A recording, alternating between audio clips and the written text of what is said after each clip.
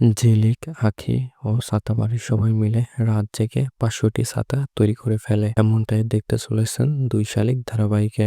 ছাতাবাড়ির তার ব্যবসার পুরনো কাস্টমারের মেয়ে তার বাবার মৃত্যুবার্ষিকীর জন্য পরশুদিনের মধ্যে ৫০০টি ছাতা তৈরি করে দেওয়ার জন্য অর্ডার দেয়। এই কথা শুনে জেঠুমনি সহ ছাতাবাড়ির সবাই ঘাবড়ে যায় আর এই অর্ডারটা ক্যান্সেল করে দিতে গেলে তখনই ঝিলিক বলে ওঠে, আমি এই অর্ডারটা নেব।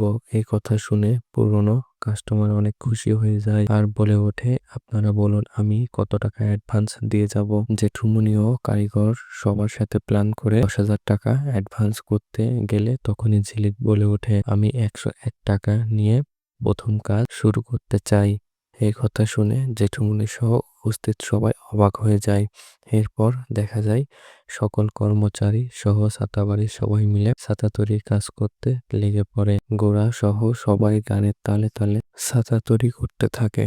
এক রাতের মধ্যে প্রায় ১০০টারও বেশি ছাতা তৈরি হয়ে যায়। এতে সবাই খুশি হয়ে বলে ওঠে, আমরা পারবো। ফোনে পিসিমণি এই খবরটা কেয়ারকে জানিয়ে দেয়। পিয়ার পিসিমণিকে বলতে থাকে, তুমি যেভাবে পারিস এই ছাতাগুলিকে নষ্ট করে দে।